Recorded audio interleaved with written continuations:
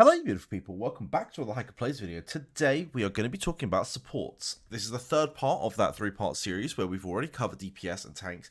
It's now time to look at supports, and the reason supports has taken a little bit longer is because it's just the hardest one to do. But let's break this down for you. So, supports come in multiple different forms. You've got supports like Android 16, who are there to, buff the team, make them stronger. You've got supports like Gogeta, who, are rage buffers. They're but they can also be sort of doubled up as, damage dealers and tanks, weirdly. So, sort of all-rounder supports. And then you've got supports like Whis, who are very healer-heavy. And each one sort of gets built slightly different.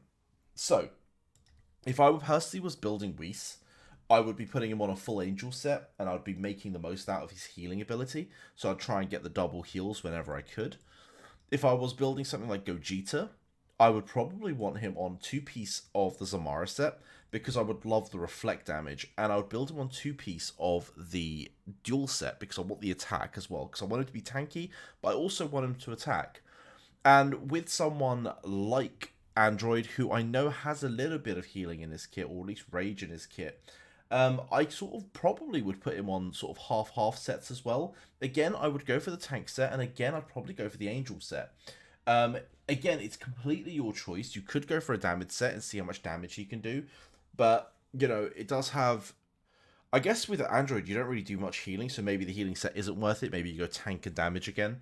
But yeah, you effectively want to sort of look at their kits. If they're doing healing, maybe chuck them on a 2-piece healing set. If they're not doing the healing, then you probably want to just put, tank and damage sort of half-half.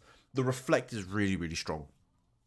And also, you got to remember, you're not making them the main tank, you're not making them the main DPS, so these half hybrid sets are fantastic for these supports. Now, in terms of most supports, they are mostly going to just want to be bulky.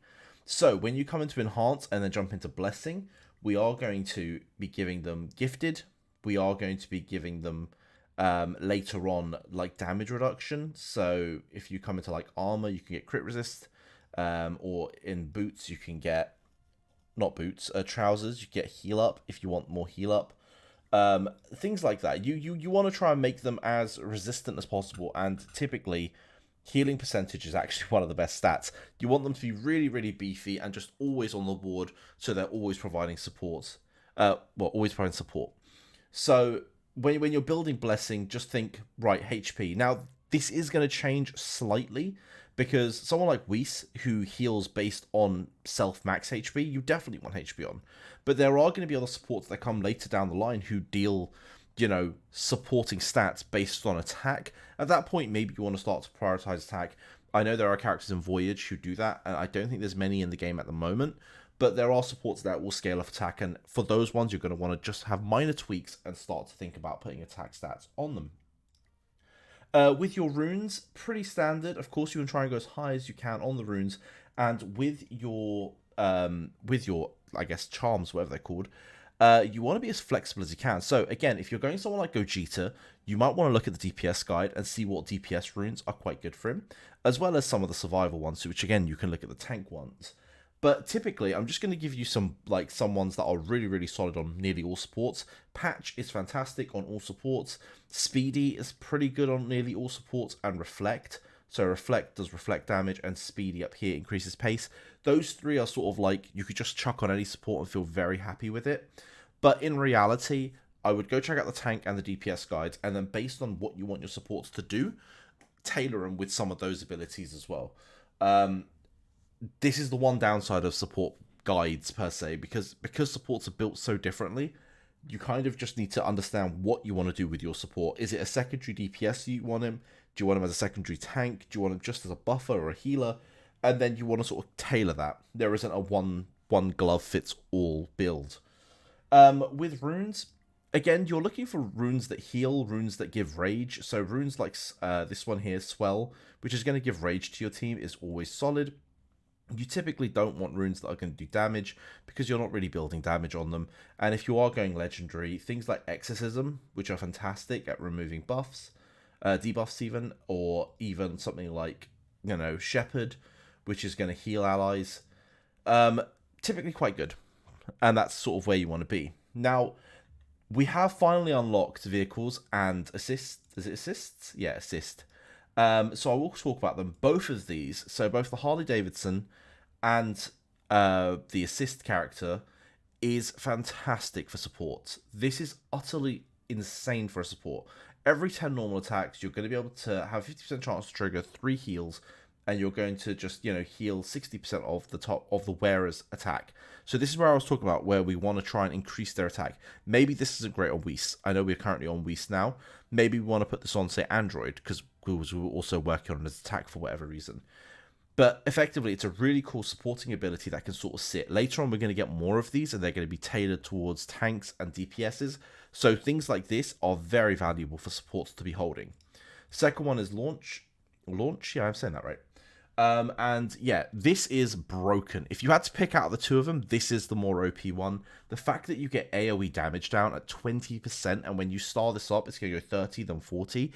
This is the one big counter to Broly, in the sense that because Broly's all about AoE damage, this is a huge counter to Broly, but it's not only a counter to Broly, it's a counter to Broly, Zamasu, Toppo, Beerus, and Goku as well. Like, they all get nerfed by this, and this is just so powerful. So 100%, you want this on one of your supports. I mean, look, if this is the only one you're getting, maybe chuck it on your damage dealer. It does give some attack stats. So for now, it can go on your DPS. It doesn't really matter. But later on, when we get more DPS focused ones, this is going to be sitting on a support long term, and there's going to be DPS focused ones. If you want more information on this, go check out those Voyage videos that we have. I talk about all the different they're called Vivra cards in that game, and you can see the stats and what they give. So that's pretty much what we're going to be getting in this game as well. So, but this is very support oriented. This is what I would be putting on my support. In terms of techniques, again, we are looking at the same ones that you would put on a tank typically. So things like Key Barrier, where, you'll get 10% HP, and then when ultimates are cast, allies will get, 10% damage reduction, always fantastic. Or Soul, where again, when ultimates are cast, control resistance, this is going to just mean you don't get controlled, and you're going to be able to put out more of that, beautiful debuffs out to people. So super, super important that you do pick up those. I am really looking forward to when we get assists and when we get vehicles. They're going to be absolutely game breaking, in the sense that they're going to be very positive. We're going to have ridiculous amounts of power coming out of them. So be ready for that. I think the one thing we didn't talk about is, like, when we do upgrades, I think they're called tempers. So I will just go into evolve, and we will just look at tempers. With temper stats, you want to not go for damage, actually. You want to sort of go for tanky stats. So you want to just, aim to try and get, like, less damage from shooters or less damage from fighters, and effectively see who you're facing and try and take less damage from them. You want your supports to be tankier. They're effectively second support. They're effectively mostly going to be, second tanks, third tanks, because you want them on the board longer so they can buff longer, unless you're building a second DPS as a support, which again, later on down the line, we're going to get lots of them. Boys, that is a really quick sort of, turns out it's been 8 minutes, quick 8-minute rundown on supports. I hope you find that interesting, and I hope you find that helpful. If you want more, let me know, and I'll, see if we can sort that out. Have a wonderful rest of your day. Peace.